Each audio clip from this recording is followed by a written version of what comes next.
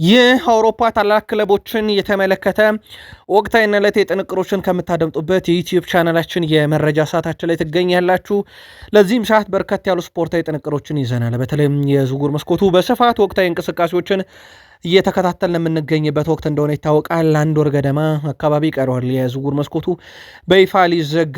የአውሮፓ ኃያላን ክለቦች ሊጎች ከመጀመሩ በፊት ራሳቸውን እያጠናከሩ ነው። በዚህ በያዝ ነው የፈረንጆች የኦገስት ወር አጋማሽ ጀምሮ ሊጎች በይፋ እንደሚመለሱም ይታወቃል። ከዚህ ጋር አያይዘን በስፋት ወቅታዊ ጥንቅሮችን በአውሮፓ ኃያላን ክለቦች እንዲሁም ደግሞ የሚጠበቁ ሁነቶችን እናደርሳቸዋለን። ዛሬ የተደረጉ በርካታ ዝውውር መረጃዎችንም እንደዚህኛውም የመረጃ ሰዓታችን ይዘናል። በዝውውር መስኮቱ ላይ ከሚጠበቁ ዝውውሮች ውስጥም እልባት ያገኙ እንደዚሁም ደግሞ በዝውውር መስኮቱ ላይ እንደማይፈጸሙ የተረጋገጡም ዝውውሮች አሉ። አንድ ባንድ እናነሳቸዋለን። በሪያል ማድሪድን በኩል መረጃ ይዘናል። እንደዚሁም ከዛ በተጨማሪ በባርሴሎና በኩል መረጃ እያካፈልናችሁ ነው ቆይታ የምናደርገው።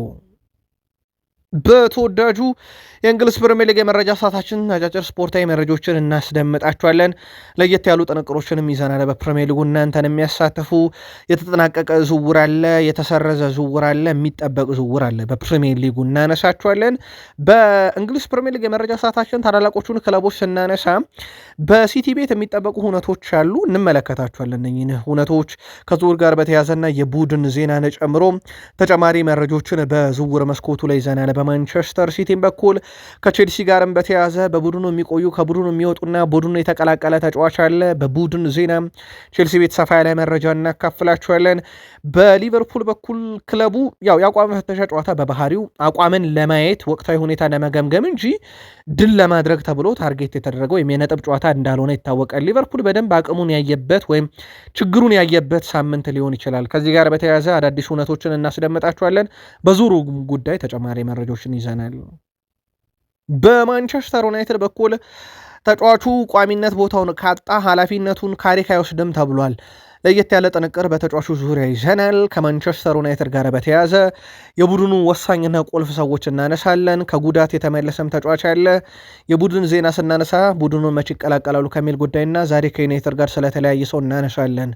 ወደ አርሰናል ከሚደረጉ ዝውውሮች ውስጥ የሚጠበቁት ላይ ለየት ያለ መረጃን ሰምተናል። አዳዲስ ጉዳዮችን አብዴት ልናረጋችሁ ወደድን። ወደ አርሰናል ይመጣሉ አይመጡም በሚል ሁለት ተጫዋቾች ጉዳይ ላይ ተጨማሪ ለየት ያለ ጥንቅር ይዘናል። አርሰናል ቤት የቡድን ዜናም እናካፍላችኋለን። በመረጃ ሰዓታችን ቆይታ ስታደርጉ ላይክ፣ ሰብስክራይብ፣ ሼር እያረጋችሁን እስከ ፕሮግራማችን ፍጻሜ ቆዩ። በሀሳብ መስጫ ሳጥናችን ላይ ለምታካፍሉን ሀሳብ አስተያየትም እጅግ አድርገን አመስጋኞች ነን። መረጃዎቻችን ተጀመሩ፣ አብራችሁን ቆዩን። በፕሪሚየር ሊግ ደረጃ ወይም አጠቃላይ ሊጎች ሊጀመሩ የቀራቸው ጥቂት ቀናቶች ናቸው። ለአብነት ያክል ፕሪሚየር ሊጉ በይፋ ሊጀመር 18 ያክል ቀናቶች ብቻ ይቀሩታል። በተመሳይ በፕሪሚየር ሊጉም ሳምንት የሚጀምሩ ሊጎች አሉ። ከዛ ውጭ አንድና ሁለት ሳምንት ዘግይተው የሚጀምሩ አሉ። ፕሪሚየር ሊጉ 18 ቀን ይቀረዋል። ዝውውሩ ግን ወደ 30 ቀን ገደማ ይቀረዋል። የዝውውር መስኮቱ ምናልባት ዝውውርን ካየን የዛሬ 9 ዓመት ልክ በዛሬዋ ቀን የዓለም የዝውውር ሪከርድ የተሰበረበት ቀን ነበር። ካታሪያን ባለ ሀብቶች የገንዘባቸውን አቅም በደንብ ያሳዩበት ነበር። ለዓለም ኔይመር ጁኒየርን ከባርሴሎና ወደ ፓሪስ ሰን ዠርሜን ያዘዋወሩበት ጊዜ ነበር። 222 ሚሊዮን ዩሮ የወጣበት። እስካሁን ይሄ ሪከርድ አልተደፈረም። 9 ዓመት ሞልቶታል። ምናልባት የትኛው ተጫዋች ይህንን ሪከርድ ይሰብረዋል የሚለው በጊዜ ሂደት ይጠበቃል። ያውም አሁን የተጫዋቾች ዋጋ ንሯል በተባለበት ሰዓት እንኳን ያልተሰበረ ሪከርድ ነው። ለማንኛውም የዝውውር መስኮቱም ወደ ወር ገደማ ይቀረዋል። በርከት ያሉ ዝውውሮችን እንሰማበታለን ተብሎ ይጠበቃል። የያን ዲዮሜንዴ ዝውውር እስካሁን ይፋ እንዳልተደረገ ይታወቃል። እንግዲህ የተጫዋቹ የቀድሞ ወኪል ማክስ ግራልድ የተባለው ወኪል በተጫዋቹ ዝውውር ጉዳይ ላይ እንቅፋት የሆነ ሰው ሆኗል ተብሏል። ክስ ከፍቷል። ማድሪድ ችግር ስለመኖሩ ባለማወቅ ከሮክ ኔሽን ጋር የተደራደረ ሲሆን ግራልድ ክስ ለፊፋ በመክፈቱ የተነሳ የፊፋ ውሳኔ እየተጠበቀ ይገኛል ተብሏል። ፊፋ ጊዜ ፍቃድ ሊሰጥ ይችላል ወይም ሊያዘገየው ይችላል ዝውውሩን ተብሏል። በተጨማሪም በሪያል ማድሪድ በሌብዥ እና በተጫዋቹ መካከል አብዛኛው ነገሮች ተጠናቀው ባሉበት ሰዓት ይሄኛው ጉዳይ ደግሞ ሌላ አጀንዳ ሆኖ መጥቷል። ስለዚህ ዝውውሩ ይፋ ሊደረግ የሚችልበት መንገድ አሁንም ሊዘገይ እንደሚችል ነው ይፋ የተደረገው። በእርግጥ ጊዜ አለ እንዳልኳቸው ወደ ወር ገደማ የሚጠጋ ጊዜ ስላለ ዝውውሩን መፈጸም የሚቻልበት በርካታ ጊዜያቶች እንዳሉ ይታወቃል።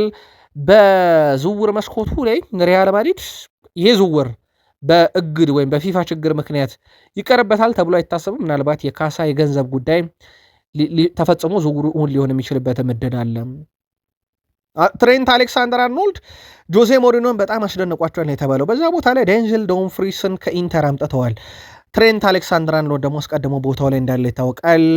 ተጫዋቹ በቅድመ ውድድር ዝግጅት ላይ በጣም ጠንክሮ እየሰሩ ካሉ እና ለቀጣይ ውድድር ዓመት ለቋሚነት ከሚፋለመው ዴንዝል ዶምፍሪስ በልጦ ለመገኘት ጥረት እያደረገ ነው ተብሏል። ከዓለም ዋንጫ ውጭ እንደነበረ የሚዘነጋ አይደለም። በዚህ አቋም ችግር ምክንያት ማርካ ግን አሁን ተጫዋቹ በአቋም መለኪያ ጨዋታ ወይም በቅድመ ውድድር ዝግጅት ላይ እያሳየ በሚገኘው ጥንካሬ ጆዜ ሞሪኒዮ እና የአሰልጣኝ ስታፍ አባላቱ ተደንቀውበታል የተባለው እና ምናልባት ከዴንዝል ዶምፍሪስ ቀድሞ የጨዋታ እድልን የማግኘት ቻንስ ሊኖረው ይችላል ወይም የጨዋታ እድል የማግኘት እድል ሊኖረው ይችላል እና በተጫዋቹ በኩል በጣም ጥሩ መሻሻልን አሳይቷል። ከሊቨርፑል በነፃ መውሰድ የሚችሉትን ተጫዋች የዛሬ ዓመት ለክለቦች ዓለም ዋንጫ ውድድር ሲባል 10 ሚሊዮን ፓውንድ እንደከፈሉበት ይታወቃል።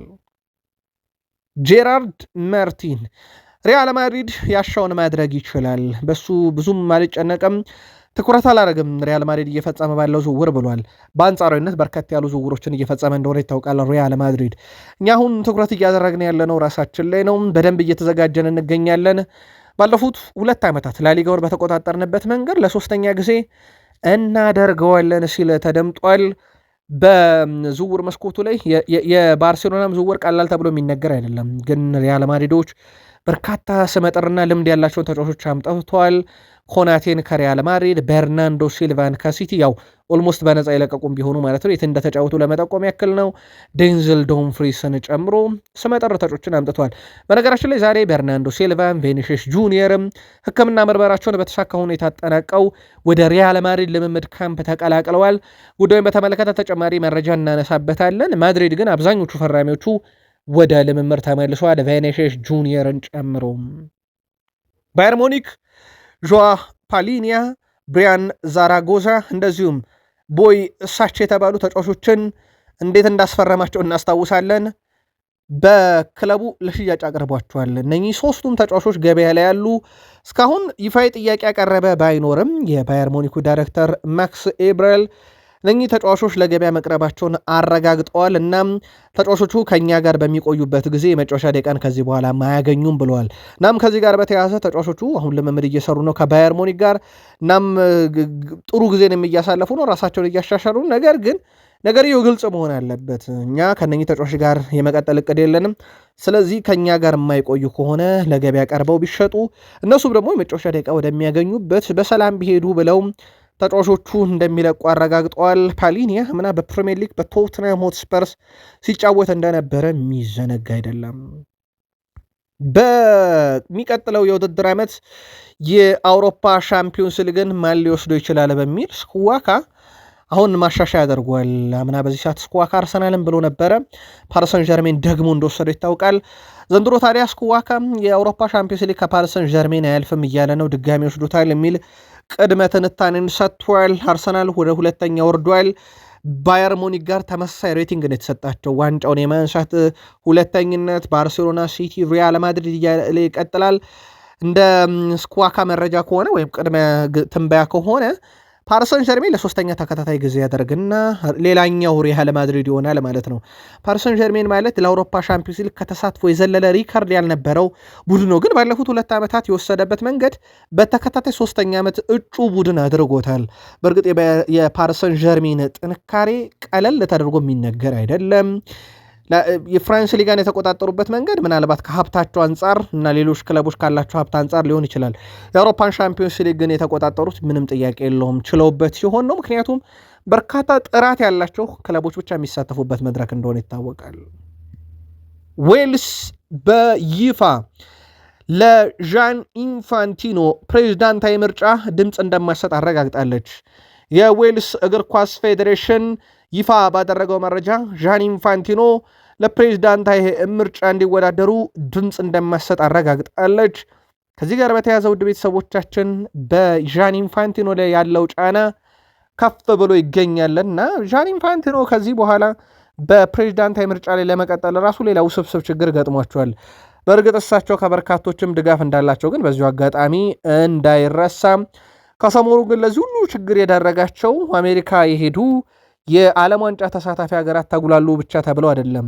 የዓለም ዋንጫን አነስተኛ ወይም የተወሰነ ድርሻ ሸጣለው ካሉ በኋላ ውሳኔያቸውንም ቀይረውም ቢሆን ውሳኔውን ትቻለውም ብለው ቢሆን ተቃውሞ ግን እንደቀጠለባቸው ነው።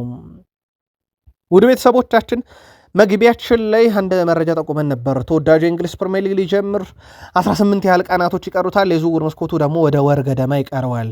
ውድ ቤተሰቦቻችን የዛሬ 9 ዓመት 222 ሚሊዮን ዩሮ ለአንድ ተጫዋች ወጪ ተደርጓል። ይሄም በካታራሊያን ባለሀብት ስር ወይም በኳታር ባለሀብቶች ስር በሚተዳደረው ፓሪስ ሰን ዠርሜን ፈሰስ የተደረገ ነው። ለባርሴሎና 222 ሚሊዮን ዩሮ ከፍለው ኔይማር ጁኒየርን ያስፈረሙበት ጊዜ ነበረ። በነገራችን ላይ ኔይማር ጁኒየር ከሳንቶስ ወደ ባርሴሎና 88 ሚሊዮን ዩሮ ተከፈለበት። ከባርሴሎና ወደ ፓሪስ ሰን ዠርሜን የዓለም ክብረ ወሰን 22 ሚሊዮን ዩሮ ተከፈለበት። ከፓሪስ ሰን ዠርሜን ወደ አልሂላል 90 ሚሊዮን ዩሮ ተከፈለበት። አጠቃላይ ኔይማር ጁኒየር ለሶስት ዝውውር ብቻ 400 ሚሊዮን ዩሮ የወጣበት የዓለማችን ውዱ ተጫዋች ነው። ነሆ ኔይማር ጁኒየር አሁን ላይ እግር ኳስን ሊያቆም ከጫፍ የደረሰ በጣም አሳዛኝ እግር ኳስ ታሪክ ያለው ተጫዋች ሊባል ይችላል። በዚህ ወደ ፕሪሚየር ሊግ እንሻገር። ፕሪሚየር ሊጉ ላይ ውድ ቤተሰቦቻችን 18 ቀን በቀረው ዝግጅት ላይ ክለቦቻችሁን ዝግጅት እንዴት አገኛችሁ ጻፉልን። ፕሪሚየር ሊጉ 18 ቀን ሲቀረው ባለፉት 10 ዓመታት ግን ኦፕታ እነኚህ ተጫዋቾች በጥራት የነበሩና ከፍ ያሉ ናቸው ይላል። በግብ ጠባቂነት ባለፉት 10 ዓመታት እንደ አሊሰን ቤከር ምርጥ የለም እያለ ነው። በተከላካይ ስፍራ ትሬንት አሌክሳንደር-አርኖልድ የቀኝ ተመላላሽ፣ ግራውን አሎንሶ የቼልሲውን ተጫዋች ካስታወሳችሁት ማርክ አሎንሶ።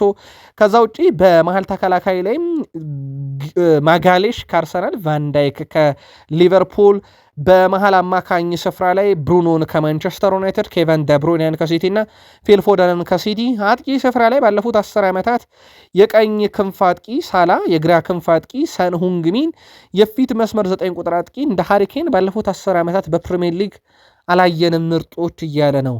ይሄ የሁስኮርድ ነው። ባለፉት 10 ዓመታት በየቦታው በተመረጠ ምርጥ ላይ የተለየ ምርጫ ካላችሁ ግን ጻፉልን። በፕሪሚየር ሊግ መረጃችን የተጠናቀቀ ዝውውር አለ። ሉካስ ሆርኒክ የ24 ዓመት ተጫዋች የኒውካስል ዩናይትድ ግብ ጠባቂ ሆኗል። በቡድኑ ቋሚ ይሆናል ወይንስ የሚለው በቀጣይነት ይጠበቃል። ለክለቡ ፊርማውን አኑሯል። አስቶን ቪላዎች ደግሞ ለዩቬንቱስ የዱቢ ማርቲኔዝ ዝውውርን እንደማይፈጽሙ ወይም እንደማይሸጡ አረጋግጠው ተጫዋቹ ከቀናት በፊትም በክለቡ እንደሚቆይ አረጋግጠዋል። ዩቬንቱሶች ዝውውሩን በዛብን የሚል ቅሬታ ሲያቀርቡ ነበረ። አስቶን ቪላ በዝውውር መስኮቱ ላይ በኤሜሊያኖ ማርቲኔዝ በኩል የነበረውን ሽያጭ አቆሞታል። ስለዚህ ኤሜሊያኖ ማርቲኔዝ በአስቶን ቪላ ግብ ጠባቂ ሆኖ ይቀጥላል ማለት ነው። በቀጣይነት ይልቅ የሚጠበቀው ተጫዋቹ ጓንት ይሰቅላል አይሰቅልም የሚል ነው። ከጨዋታ በአጠቃላይ ከእግር ኳስ ሳይሆን ከአርጀንቲና ብሔራዊ ቡድን ጋር ይለያያል ላይለያይ የሚለው በትልቁ ይጠበቃል ነው። ቶትንሃም እስከ 55 ሚሊዮን ፓውንድ እያዘጋጀ ነው ተብሏል ለቪክተር ኦሴሜን ዝውውር። ጋላታሳራዮች 65 ሚሊዮን ፓውንድ በላይ እንፈልጋለን እያሉ ነው። የገንዘብ ልዩነት አለ። ምንም አይነት ድርድር አልተካሄደም። ተጫዋቹ ግን በዚህ ክረምት ጋላታሳራይን መልቀቁ አይቀርም። ስለዚህ የዝውውሩ ነገር ሞር እየቀረበ የመጣ ይመስላል። በእርግጥ በዝውውር መስኮቱ ላይ አንዳች ሰርፕራይዝ የሚያደርግ ዝውውር ሊፈጸም እንደሚችል በቶትናም በኩል አሰልጣኙ ካረጋገጡ በኋላ በትልቁ የሚጠበቀው ዝውውር ሆኗል። ድርድር ባይደረግም በቶትናም በኩል ግን ዝግጅቶች አሉ ተብሏል። ቪክተር ኦሲሜን በፕሪሚየር ሊግ ክለቦች በተለይም አምናና ካሻምና በዩናይትድ በቼልሲ ስሙ በስፋት ሲነሳ የነበረ ተጫዋች ነው። ምናልባት ሌላኛው ዲዲየር ድሮግባ ሊሆን ይችላል በአጥቂ ስፍራ ላይ በፕሪሚየር ሊግ የምናየው። በቀጣይነት ዝውውሩ የሚፈጸም ከሆነ የምንመለከት ይሆናል። ኤንዞ ማሬስካ በሮድሪ ጉዳይ ላይ ሀሳባቸውን አጋርተዋል። በጣም ወሳኝ ተጫዋች ነው። የትኛውም የዓለማችን ላይ ያለ አሰልጣኝ ሮድሪን ይፈልጋል፣ ምክንያቱም ሮድሪ ምርጥ ተጫዋች ስለሆነ ብለዋል። እናም ለእኛም ምርጥ ተጫዋች አድርገን ነው የምንመለከተው። ሌሎች ክለቦች ምርጦችን እንደሚፈልጉት ሁሉ እኛም ምርጡን እንፈልጋለን ብለዋል። አሁን ተጫዋቹ እረፍት ያስፈልገዋል ብለዋል በቀዶ ጥገናው ምክንያት። እናም ከዚህ ጋር በተያያዘ ለጊዜው እረፍት ላይ ነው። ነገር ግን ስለ ተጫዋቹ ከጠየቃችሁን ለእኛ በጣም ወሳኙ ነው። እናም ከሱ ጋር ለመጀመር እየጠበቅን እንገኛለን። በተጫዋቹ በኩል በሚቀጥሉት ጥቂት ጊዜያት ውስጥ ወደ ጨዋታ ይመለሳል ብለዋል። ከዝውውሩ ጋር በተያያዘ ያው እንደተጠበቀ ነው። ከሲቲ የቀረበለትን ኮንትራት አልፈረመም። ወደ ሪያል ማድሪድ ብቻ መሄድ እንደሚፈልግ አሳውቋል። በማድሪድና በሲቲ መካከል የሚደረገው ድርድር ይጠበቃል። ሲቲ የተጫዋቹን የማገገም ሂደት በቅርበት እየተከታተለ ነው። የሚያቀርቡት ሂሳብ ልዩነት ሊኖር እንደሚችል ግን አስቀድሞ የታወቀ ነው። ሲቲ የሚፈልገውና ማድሪድ የሚያቀርበው መሃል ድርድሩ በይፋ ሲጀምር በዩቲዩብ ገጾቻችን በተከታታይ እናቀርበዋለን። የሲቲው አሰልጣኝ ኤንዞ ማሬስካም ከቼልሲ ሊያስኮበልሉት ካሰቡት ተጫዋች ጋር በተያያዘ ማለትም ፔድሮ ኔቶ ጋር በተያያዘ ከሲቲ በተጨማሪ ኤሲ ሚላን ፍላጎት ቢያሳይም ተጫዋቹ ቼልሲን የሚለቀ ከሆነ መቀላቀል የሚፈልገው ሲቲ ነው ተብሏል። ግን ይሄ በተጫዋቹ በኩል ቅርበት ያላቸው ምንጮች ይፋ ማድረጋቸውን ነው ዘሰን ዋቢ አድርጎ ያቀረበው እንጂ የተደረገ አንዳችም ድርድር እንደሌለ ይታወቃል። ግን ተጫዋቹ አሁን ላይ ቼልሲን ከለቀቀ ከኤሲ ሚላን ይልቅ ሲቲን ቅድሚያ ይሰጣል። በቼልሲ በኩል ተጫዋቹን የመሸጥ ፍላጎት የላቸውም። ግን አስገዳጅ ሁኔታ ከመጣ ከ70 ሚሊዮን ፓውንድ በላይ ያገኙበታል ተብሎ ይጠበቃል። የማይካሎ ሙድሪክ መመለስ ምናልባት ቼልሲ ቤት አንዳች የሚያመጣው ለውጥ ካለ ክንፍ አጥቂ ላይ ይጠበቃል። የማይካሎ ሙድሪክ በምን አይነት ፊትነስ ይመለሳል ወደ ሜዳ የሚለው እንዳለ ሆኖ በነገራችን ላይ ማይካሎ ሙድሪክ በዚህ ሰዓት የቼልሲን ስብስብ ተቀላቅሏል። በሆንግ ኮንግ እንደደረሰም በርካታ ደጋፊዎች ተገኝተው ተጫዋቹን ፊርማ ሲያስፈርሙት ነበር። የአድናቆት ፊርማ 2 ዓመቱን እንዴት እንዳሳለፈ ያውቃልና ሲመለስ ግን ደማቅ አቀባበል ተደርጎለታል። በእርግጥ የቃል ስፖርት ዩቲዩብ ቻናል ላይ ነበረ በሰበር አስቀድመን መረጃውን ያነሳ ነው። በርካታ ቼልሲውያን ደስተኛ እንደነበሩ ጽፈውልናል። ቼልሲ ተጨማሪ አዳዲስ ፈራሚዎችን ከማምጣቱ በፊት ተጨማሪ ተጫዋቾችን መሸጥ ይጠበቅበታል። ምንም ጥያቄ የለውም። በርካታ ሽያጮች አሉ። ቼልሲ ቤት አንድ ትልቅ ችግር የሆነው ግን አሁንም ለገበያ ያቀረቧቸውን ተጫዋቾች ለመውሰድ በሚደረገው ጥረት ላይ አብዛኞቹ ፈላጊዎች በውሰት ነው እየፈለጉ ያሉት። ቼልሲ ደግሞ ተጫዋቾቹን በቋሚነት ነው አሁን ላይ መሸጥ እቅድ ያለው። ከዚህ ጋር በተያያዘ ቼልሲ በተወሰነ መንገድ ችግር ገጥሞታል። ግን ቀጣዮቹን ዝውውሮችን ከመፈጸም በፊት ቼልሲ እነኚህን ነገሮች እያሰበበት ነው፣ ተጫዋቾቹን ከክለቡ የሚወጡበትን መንገድ። ቼልሲ ቤት ግን በጣም አስገራሚ ነገር ውድ ቤተሰቦቻችን ያው ቫለንቲን ባርኮን ማስፈረማቸውን ጠዋት ነገረናቸዋልና አንድ መረጃ እየተመለከትኩኝ ነበረ። ብራይተንና ቼልሲ መካከል ምን እየተካሄደ ነው የሚል አንድ ጽሁፍ በሰፊ የተጻፈ አንድ በጣም ግዙፍ ሚዲያ ላይ ነው። ቫለንቲን ባርኮ የቀድሞ የብራይተን ተጫዋች ነው። ዦዋ ፔድሮ ቼልሲ ነው። ዳኒ ዌልቤክ ቼልሲ ነው። ኩኩሪያ ከብራይተን የመጣው ግብ ጠባቂው ሳንቼዝ ከቼልሲ ነው የመጣው። እነ ታሪክ ላምፕቴ ከብራይተን መጥተው ተጫውተዋል ቼልሲ። እነ ሎቪ ኮልዌል በነገራችን ላይ ብራይተን ስሪት ናቸው። በሴቶችም ብትሉ በግብ ጠባቂ ብትሉ ሞይሰስ ካይሴዶን ብታነሱ ተጫዋች ብቻ አይደለም አሰልጣኝ አልቀራቸውም ሲያመጡ እነ ግራሃም ፖተርን እና ምንድነው በሁለቱ መካከል ያለው ትስስር የሚል ግን አሁንም ጥያቄ እየተነሳ ነው። እንደውም አምን አስታውሳለሁኝ በዚህ ሰዓት ላይ እንደዚሁ አይነት ነገር ተፈጠረ። ዦዋ ፔድሮን ሲያመጡ በብራይተንና በቼልሲ መካከል ምንድነው ያለው የሚል ነገር ሲነሳ የብራይተኑ ስፖርቲንግ ዳይሬክተር ወጥተው ገበያ በሚዲያ ቼልሲን አናስከፋ ምክንያቱም ቋሚ ደንበኛችን ናቸው ብለው በቃል ደረጃ ተናግረውት ነበር። በደንብ አስታውሳለሁና እውነትም እንዳሉት ቼልሲ ቋሚ ደንበኛ ሆኗል። የብራይተን ስሪቶችን ማስፈረም ላይ በጣም ደንበኛ ሆኗል። እንዲህ አይነት ትስስሮችን ግን አይታችሁ ታውቃላችሁ? በሁለት ክለቦች መካከል በተለይም ቼልሲ ከብራይተን እንደሚገዛው አንድ ክለብ በተደጋጋሚ ከሆነ ክለብ አስተውላችኋለሁ? ይጻፉልን። ሊቨርፑል በዲስ የተሸነፈበት መንገድ አነጋጋሪ ነበረ። በእርግጥ ጉዳዩ የአቋም መፈተሻ ጨዋታ ማሸነፍ አይደለም። እንደውም ክለቦች በአቋም መፈተሻ ጨዋታ ሞር መሸነፋቸው ድክመታቸውን እንዲያዩበት ያደርጋል። ዓላማውም ያ ስለሆነ የአቋም መፈተሻ ጨዋታ። አሁን ትልቁ ጥያቄ ሊቨርፑል መሸነፉ ሳይሆን የተሸነፈበት መንገድ ምንድነው፣ ድክመቱ ምንድነው፣ ችግሩ የሚለውን በደንብ እንዲያስተውል ያደርጋልና የበርካቶች ስጋት ነበረ። ሊቨርፑል ዝውውር ላይ በጣም ደክሟል፣ በጣም እንቅስቃሴ ማድረግ አለበት የሚል ጥያቄ ነበረ። በእርግጥ ሊቨርፑል ወደ ሜዳ ይዞት የገባው ጥርት ያለውን ስብስቡን አይደለም፣ እውነት ነው። ተጫዋቾቹ አብዛኞቹ ረፍት ላይ ናቸው፣ እውነት ነው። ያልተተኩ ተጫዋቾች አሉ፣ እውነት ነው። አሰልጣኝ አንቶኒ ኤራኦላ ብዙ የተማርንበት ነው ካሉ ግን እውነት ነው። ሊቨርፑል የሆነ ድክመት ነበረበት ማለት ነው። ውጤት የፈለግነው አልነበረም፣ ነገር ግን ጨዋታውን ብዙ ጥቅም ነው ያገኘንበት፣ ከሽንፈቱ ነው የተማርነው፣ ከድል የሚገኝ ትምህርት የለም ብለዋል እሳቸው። አክለውም ሊቨርፑል ትልቅ ክለብና የበርካታ ደጋፊዎች ባለጸጋ ነው፣ ለውድድር ዘመኑ እንዴት መዘጋጀት እንዳለብን ከጨዋታው ተምሬያለሁ ብለዋል። የሊቨርፑል ደጋፊዎችም ብዙ የተማርንበት ነው ብለዋል። ትምህርቱ ግን ይሄ የቡድኑን ድክመት ከማወቅ አንጻርና በዝውውር መስኮቱ የቱ ጋር መሳተፍ አለብን የሚለውን በደንብ ያዩበት እንደሆነ ነው አንቶኒ ኤራኦላ ላይ ጠቆሙት። ምናልባት እዚሁ ዝውውር ላይ እንቆይና ጆ ጎሜዝ ቢያንስ አንድ ወር አካባቢ አይገኝም። ፕሪሚየር ሊጉ የሚጀመረው በዚህ ወር አጋማሽ ነው። ስለዚህ ፕሪሚየር ሊጉ ከ2 ሳምንት በኋላ ይጀመራል። ሊቨርፑል ጆ ጎሜዝን አያገኘውም፣ ቢመለስም ከነፊትነሱ አያገኘውም። ስለዚህ ዝውውር አስገዳጅ ሊሆን ይችላል። ከዛ ውጪ ሊቨርፑል በዚህ ባለቀ ሰዓት ላይ እንደ ኮዲ ጋክፖን ያለ ተጫዋቻቸውን ለገበያ እንደማያቀርቡ ታሳውቋል። ተጫዋቹ አይሸጥም ተብሏል። በነገራችን ላይ ኮዲ ጋክፖ እስከ 2030 ድረስ ከሊቨርፑል ጋር ውል ያለው ሲሆን አሁን ባለው የዝውውር ገበያ የሱ ዋጋም በጣም ከፍ ያለና በትንሹ ከ72 ሚሊዮን ፓውንድ በላይ እናገኝበታለን ብለው ያሰቡት ዝውውር ነው። ግን ሊቨርፑሎች በዚህ ሰዓት ባለቀ ሰዓት ተጫዋቹን ወደ ገበያ አያቀርቡትም ተብሏል። ይሄ በሊቨርፑል በኩል የተወሰነ ውሳኔ ነው። የቀድሞ የሊቨርፑል ተጫዋች ቭላድሚር ስሚር የአንዲ ኤራኦላ ወደ ሊቨርፑል መምጣትን ተከትሎ አንድ አድቫንቴጅ ክለቡ መጠቀም ያለበት እያለ ነው። ይሄም አሌክስ ስኮትን ወደ ሊቨርፑል ማምጣት ይጠበቅብናል እያለ ነው። አንዶኒ ኤራኦላ አሌክስ ስኮትን ጠንቅቆ ያውቀዋል። ተጫዋቹን በደንብ አብሮት ሰርቷል።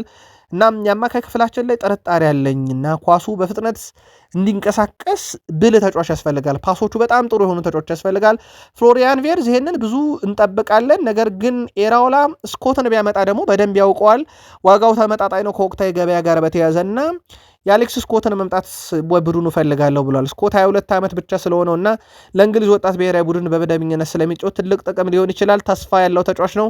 እንዲሁም የእንግሊዝ ተጫዋች መሆኑ ደግሞ ጠቃሚ ነው። ሊቨርፑል ለመጫወት ይፈልጋል ወይስ አይፈልግም ባላቅም፣ ግን ሊቨርፑል በዝውውር መስኮት እሱ ለማምጣት አንዶኒ ኤራኦላ በራሳቸው ጥሩ ምክንያት ሊሆኑ ይችላሉና ቢፈርም የሚል መልከታን የቀድሞ የሊቨርፑል ሰው ቭላድሚር ስሚር አንስቷል። ሊቨርፑል በቅድመ ውድድር ዝግጅት የዩናይትድ ስቴትስ አሜሪካን ወይም የዩናይትድ ስቴትስ ኦፍ አሜሪካን ጉብኝቱን አጠናቋል። በአሜሪካ ቆይታው 3 ጨዋታ አደረገ፣ 2 አሸነፈ፣ 1 ተሸነፈ፣ 7 ጎል አስቆጥሮ 6 ጎል ተቆጥሮበታል። ሊቨርፑል ቀጣይ 2 ጨዋታዎች ይቀሩታል። በነገራችን ላይ በአቋም መፈተሻ ጨዋታ ሊቨርፑል ነሐሴ 3 እና ነሐሴ 10 ከሞናኮ ጋር እና ከኮሞ ጋር ጨዋታ ያደርጋል።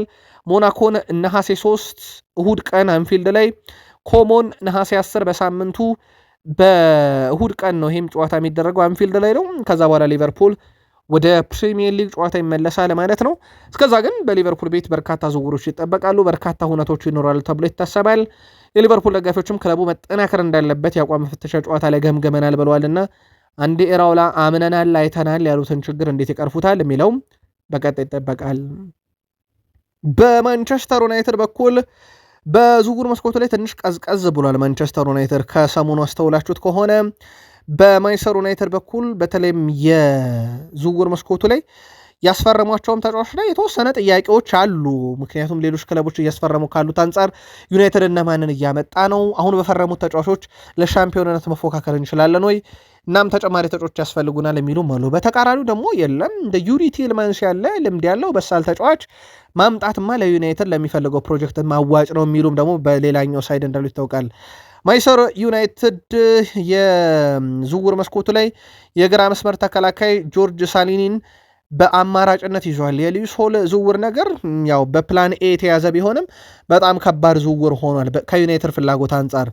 በውሉ ላይ 16 ሚሊዮን ዩሮ የውል ማፍረሻ ያለው ጆርጅ ሳሊናስ በማንቸስተር ዩናይትድ እንደ አማራጭ የተያዘውም። በሌላ በኩል ባርሳ የተጫዋቹ ፈላጊ ነው። ማስፈረም የሚፈልጉ ከሆነ በ8 ሚሊዮን ዩሮ ብቻ ባርሴሎናዎች ሊያገኙት ይችላሉ ተጫዋቹን እየተባለ ነው። መልሶ በመግዛት አማራጫቸው በሪያል ሶሴዳድ ቤት ይገኛል። የግራ ተመላላሽ ነው። የካታላኑ ክለብ ምናልባትም ዝውውሩ ላይ ገፍቶ ከሄደ ግን ለዩናይትድ ፈተና ሊሆን ይችላል እየተባለ፣ ለዩናይትድ ግን ቁጥር 1 ምርጫ ሳይሆን በፕላን ቢ ውስጥ ካሉ ዝርዝሮች ውስጥ ነው። በወጣት ተጫዋቾች ውስጥ ኮቢ ሜይኖ በአሰልጣኝ ማይክል ካሪክ የተሰጠው እድል ለዓለም ዋንጫ ወስዶት ነበረ። አንድም ደቂቃ በዓለም ዋንጫ ላይ ባይጫወትም ማለት ነው። ከዚህ ጋር በተያያዘ ኮቢ ሜይኖ በማንቸስተር ዩናይትድ ያለው የቋሚነትን ቦታ ካጣም ተጫዋቹ እንጂ ካሪክ አይጠየቅም የሚለን የቀድሞ የስፖርት አሰልጣኝና የአሁኑ የስፖርት ተንታኝ ሊዮኔል ሊንጋርድ ነው። እውነቱን እንነጋገር ከተባለ ወደ ዓለም ዋንጫ አክነታሃል፣ ነገር ግን አንድም ደቂቃ የመጫወት እድል አላገኘህም። ማንኛውም ለስራው ቁርጠኛ የሆነ ተጫዋች ቢሆን ኖሮ ለአንድ ሳምንት ብቻ አርፎ ወዲያውኑ ወደ ክለቡ በመመለስ ለቦታው ትግል ማድረግ ነበረበት። እንግሊዝ ምድቡን አልፋ ወይም ደግሞ የምድቡም 3ኛ ጨዋታ ላይ ካላጫወተችው፣ በጥሎ ማለፍም ካላጫወተችው እዛ ቤት መቀመጡ ምን ይሰራል? ወደ ዩናይትድ ተመልሶ በቅድመ ውድድር ዝግጅት ራሱን አዘጋጅቶ በደንብ በካሪክ ስር ራሱን ማሳየት ነበረበት። እንግሊዝ ብሔራዊ ቡድን ውስጥ ለተጠባባቂ ወንበር የሁላ ጊዜ መቀመጥ አልነበረበትም። ስለዚህ ቋሚነቱን ካጣ ኮቢ ማይኖ ኃላፊነቱን ይውሰድ እያለ ነው። ግን ብሔራዊ ቡድን ውስጥ ቶቶ ቢመጣ ድጋሜ ጥሪ ይቀርብለት ነበር ወይ ከዛስ በኋላ የሚለው ግን ትልቁ ጥያቄ ነው። የ15 ዓመት ከ299 ቀን ላይ ጄጄ ጋብርኤል በማንቸስተር ዩናይትድ ታሪክ ለዋናው ቡድን የተጫወተ በእድሜ ትንሹ ተጫዋች ነበር። አትሌቲኮ ማድሪድን 2-1 ማንቸስተር ዩናይትድ ባሸነፈበት ጨዋታ ላይ የስናፕድራገንን ዋንጫ ባነሳበት ጨዋታ ላይ ማለት ነው። ጄጄ ጋብርኤል በቀጣይም በማንቸስተር ዩናይትድ ከ2 ሳምንት በኋላ በሚጀምረው የፕሪሚየር ሊግ ጨዋታ ላይ የቡድኑ ተጠባባቂ ወንበር ላይ ሆኖ ይጀምራል ተብሏል። አዲስ ነገር ካልተፈጠረ በስተቀር ምናልባት ለረጅም ጊዜ እንዲጫወት በሚል ሌሎች ክለቦች እየፈለጉት እንደሆነ ይታወቃል። በውሰት የመጫወቻ ደቂቃን በማቅረብ ማለት ነው። ካልሄደ በስተቀር ዩናይትድ ቤት በትልቁ እየተጠበቀ ያለ ተጫዋች ሆኗል።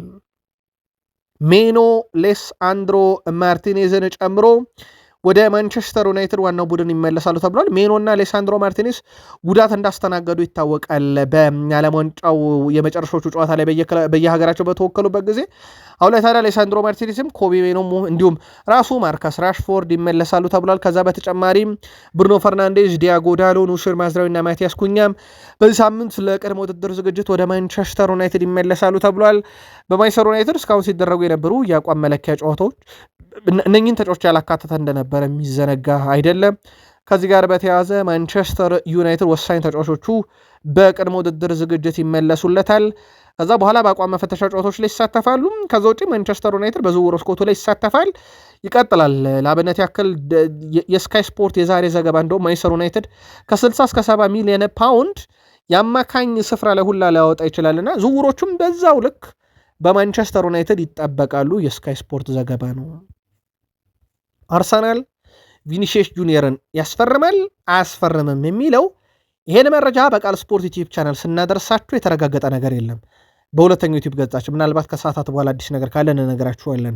የሪያል ማድሪዱ የፊት መስመር ተሰላፊ ቪኒሺየስ ጁኒየር ግን በዛሬው ዕለት ማድሪድ ከተሞ ልምምድ ጀምሯል። ቪኒሺየስ ጁኒየር ከረት በመለስ የጤና ምርመራውን አድርጎ ወደ ቡድኑ ተቀላቅሏል። ተጫዋቹ በዚህ ሳምንት በአዲሱ ዙሪያ ከሪያል ማድሪድ ጋር የመጨረሻ ውሳኔውን የሚያሳልፍበት እንደሆነ ይታወቃል። አርሰናል በበኩሉ ቪኒሺየስ ጁኒየር ለማስፈረም የሚደረገውን ጥረት በግል በተጫዋቹ በኩል ኦልሞስት አሳክቶታል ተብሏል። ምክንያቱም ተጫዋቹን በፕሮጀክት ደረጃ አርሰናሎች ስላሳመኑት።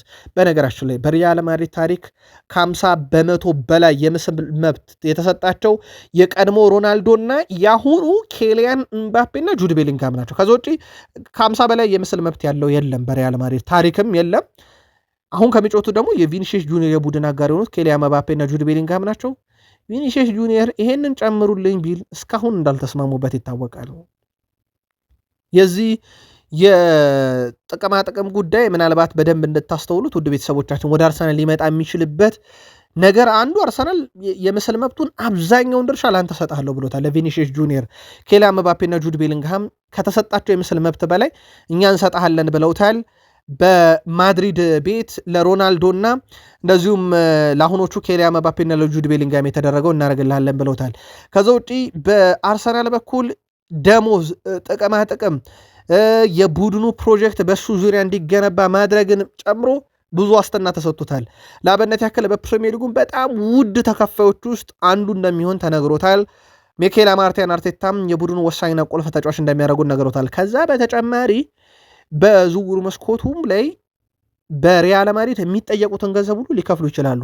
ማድሪድ እስከ 150 ሚሊዮን ዩሮ አርሰናል ሊጠይቅ ይችላል ተብሏል። ይህ ሁሉም የሆነው ግን ቪኒሺየስ ጁኒየር እሺ ብሎ ኮንትራቱን ካልፈረመ ወይም ይቅርብኝ ብሎ ወደ አርሰናል ለመዘወር ብቻ ፈቃደኛ ከሆነና የማድሪድ የቀረበለትን ኮንትራት አልፈረምም ካለ ነው። ሁኔታው ሲታይ ግን ደስ የሚል አይደለም በቪኒሺየስ ጁኒየር ወገን ያለውና ከአክብሮትም አንጻር አልወደዱትም። ስለዚህ ክለቡን የመልቀቅ እድሉ የገንዘብ ጉዳይ ብቻ ተደርጎ ሊወሰድ አይገባም። ከዛ ውጪ ብሩኖ ጊማሬሽን እናንሳ። ብሩኖ ጊማሬሽን በተመለከተ አንድ ሰው በስቴዲየሙ ሳልፍ የብሩኖ ጊማሬሽን ምስል አጥቻለሁ ብሎ በማህበራዊ ትስስር ገጹ ላይ ከለጠፈ በኋላ ነገርየው በጣም እየቀረበ ነው የሚሉም ነበሩ። ከዛ በተጨማሪም ግን ተጫዋቹ የለም ወደ ኒውካስል ዩናይትድ ልምምድ ካምፕ ይቀላቀላል ዝውውሩ እስኪፈጸም ድረስ የሚሉ መረጃዎችን ሲያወጡ ነበረ። ብሩኖ ጊማሬሽ በአርሰናል ቀጣዩ አማካኝ የሚሆንበት ጊዜ ይፋ የሚደረገው በኒውካስል ዩናይትድ በኩል ይሄ የአዲስ አማካኝ ማምጣት ከአዲሱ አሰልጣኝ ጋር በሚል በተያዘው እቅድ ነው። ከዛ በኋላ በእርግጠኝነት ዝውውሩ ይፋ ይደረጋል የሚል ነው። ፋብሪዞ ሮማኖም ያንን ነው ይዞት የወጣው። ስለዚህ ዝውውሩ ሊዘገይ የሚችለው እንደ ኒውካስል ዩናይትድ አዲስ አሰልጣኝ ሹመት ሂደት ውስጥና በተተኪው ጉዳይ ላይ ይሆናል ማለት ነው። ብራዚል ለቆ ወደ እንግሊዝ እንደተመለሰ ግን ተጫዋቹ የሚዘነጋ አይደለም። ስለዚህ የቀናት ጉዳይ ዝውውሩን ይፋ ያደርጉታል፣ ምንም ጥያቄ የለውም። ፋብሪዞ ሮማኖ አርሰናሎች እንደውም ይሄ እዚህ ዝውውር ላይ ስጋት አይገባችሁም የሚል መረጃ ነው ይወጣውና የክርስቲያን ኖርጋርድ መሸጥ በራሱ አንዳች የሚነግረው ነገር ሊኖር ይችላል አርሰናል ቤት። በእርግጥ ቁጥር አንድ ሰው ሆኖ ባይጫወትም ክርስቲያን ኖርጋርድ በነገራችን ላይ አንድ የፕሪሚየር ሊግ ጨዋታ ነው ቋሚ ሆኖ የጀመረው። አንድ የፕሪሚየር ሊግ ዋንጫ ያለው ተጫዋች እንደሆነ የሚዘነጋ አይደለም። አዲሱ የአርሰናል ተጫዋች ክርስቶስ ዞሊስ ጥሩ ጅማሮን አድርጓል። ምናልባት ፕሪሚየር ሊጉ ሲጀመር በምን አይነት ሁኔታ ለአርሰናል አገልጋሎት ይሰጣል የሚለው ይጠበቃል። ሊጉን ማሸነፍ ከባዱ ለአርሰናል ሳይሆን ለሌሎች ክለቦች ነው እያለ ነው ክርስቶስ ዞሊስ አዲሱ ፈራሚ። አርሰናል ተመሳይ ቡድን መያዙን ያነሳው ዞሊስ አዲስ ፈራሚ እኔ ነኝ ያለሁት ቡድኑ ያለፈ ዓመት የነበረው ጥንካሬው አሁንም አብሮት ነው ብሏል። ይዙም ጫና ያለው አርሰናል ዋንጫ መድገሙ ላይ ሳይሆን ሌሎች ተፎካካሪዎች መጥተው ማሸነፍ ላይ ይሆናል ብሏል። ዋንጫውን ያሸነፈው ሳይሆን ቀሪዎቹ ቡድኖች ናቸው ጫና ያለባቸው የሚለው አዲሱ የአርሰናል ፈራሚ ዋንጫው ለማሸነፍ ብዙ ጫና እኛ ላይ የለም፣ ግን ዋንጫውን የማሸነፍ አቅም ያለን ብሏል። እንደ ምክንያት ካነሳውም ቡድኑ አብሮ ረጅም ጊዜ የቆየ መሆኑን አንስቷል። በነገራችን ላይ ምናልባት በዚሁ አጋጣሚ አንድ ነገር እናንሳ። ሲቲ ቤት ፔፕ ጋርዲዮላ ባለፉት 10 ዓመታት ቡድን ሲገነባ አፍርሶ የመገንባት ሂደቱን ያከናወነው በመጣበት የመጀመሪያ 2 ዓመት ውስጥ ነው። ከዛ በኋላ ግን ቡድኑ በመተካካት ሂደት እንጂ ብዙ የማፍረስና የመገንባት ሂደት አልተከናወነም። አርሰናልን ቤት ተመሳሳይ ነገሮችን እያየን ይመስላል። በእርግጥ ሚኬል አርቴታ ከፔፕ ጋርዲዮላ ስር ተማሪ ከነበሩ ወይም በፔፕ ጋርዲዮላ ስር ከሰሩ እውቅ ሰዎች አንዱ እንደሆኑ ይታወቃል። እንደ አጠቃላይ ዝውውር መስኮቱ 1 ወር ገደማ አካባቢ ይቀረዋል። ፕሪሚየር ሊጉ 18 ቀን ገደማ ይቀረዋል። እየተከታተለን መረጃዎችን እናደርሳችኋለን። ላይክ፣ ሰብስክራይብ፣ ሼር ስለምታደርጉ ከኛ ጋር ስለሆናችሁ አመስግነን ጥቂት ቆይታ እንመለስ።